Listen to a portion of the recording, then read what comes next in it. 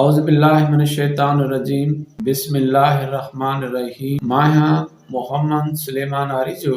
अॼु 21 मार्च 2025 जो ॾींहुं आहे। ॻोठ ख़ैर मोहम्मद आरिजा में सैयदनि जो हिकिड़ो पाड़ो आहे, सैयद मोटन शाह, जन जो शुजरो अॼु बयानु कंदासीं, जिनखे मोटन साईं जी निस्बत सां मोटाणी शाह बि सॾियो वेंदो आहे। सैयदनि जो ही पाड़ो 1948 में मंगरियुनि जे ॻोठ मां लॾे करे ख़ैर मोहम्मद आरिजा में रहाइश पज़ीर थिया। हिते ॿ भाइर लॾे आया, हिकु सैयद मोटन शाह, ॿियो सैयद खाकी शाह। सैयद मोटन शाह खे 2 पुट आहिनि, सैयद दरवेश शाह, सैयद मस्तो शाह। सैयद दरवेश शाह खे हिकु पुट आहे, सैयद शतन शाह। सैयद मस्तो शाह खे हिकु पुट आहे, सैयद अली डिनल शाह। सैयद शतन शाह खे 2 पुट आहिनि, सैयद वरल शाह, सैयद मोटन शाह। सैयद अली डिनल शाह खे हिकु पुट आहे, सैयद गुलाब शाह। सैयद वरल शाह खे हिकु पुट आहे, सैयद सचल शाह। सैयद गुलाब शाह खे 7 पुट आहिनि, सैयद खान मोहम्मद शाह, सैयद हसन, सैयद उमर शाह, सैयद सूफन, सैयद जाफर शाह, सैयद महबूब शाह, सैयद फ़कीर शाह। सैयद सचल शाह खे 3 पुट आहिनि, सैयद गौसल शाह, सैयद अली शाह, सैयद अनवर शाह।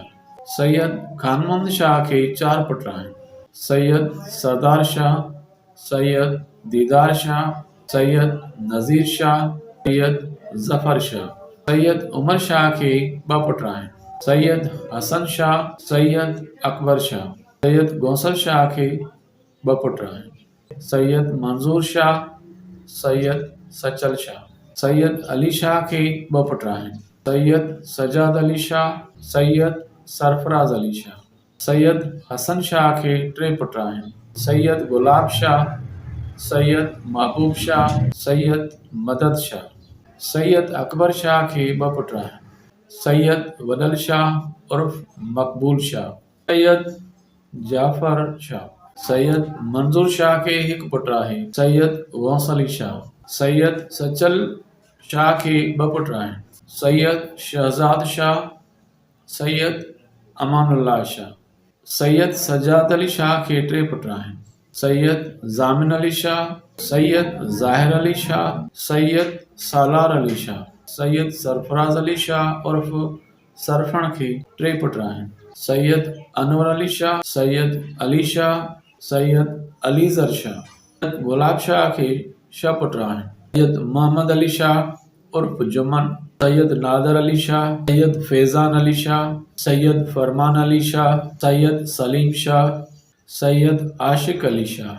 सैयद मदद अली शाह खे 6 पुट आहिनि, सैयद गज़नफ़र, सैयद आमिर अली, सैयद मोहसिन अली, सैयद मुदस्सिर अली, सैयद तौक़ीर अली, सैयद मुज़म्मिल अली। सैयद मकबूल शाह खे 2 पुट आहिनि, सैयद मुंतज़िर अली, सैयद काज़िम अली। सैयद जाफर शाह खे 3 पुट आहिनि, सैयद सफ़दर अली, सैयद सरमद अली, सैयद आफ़ताब अली। जज़ाकल्लाह।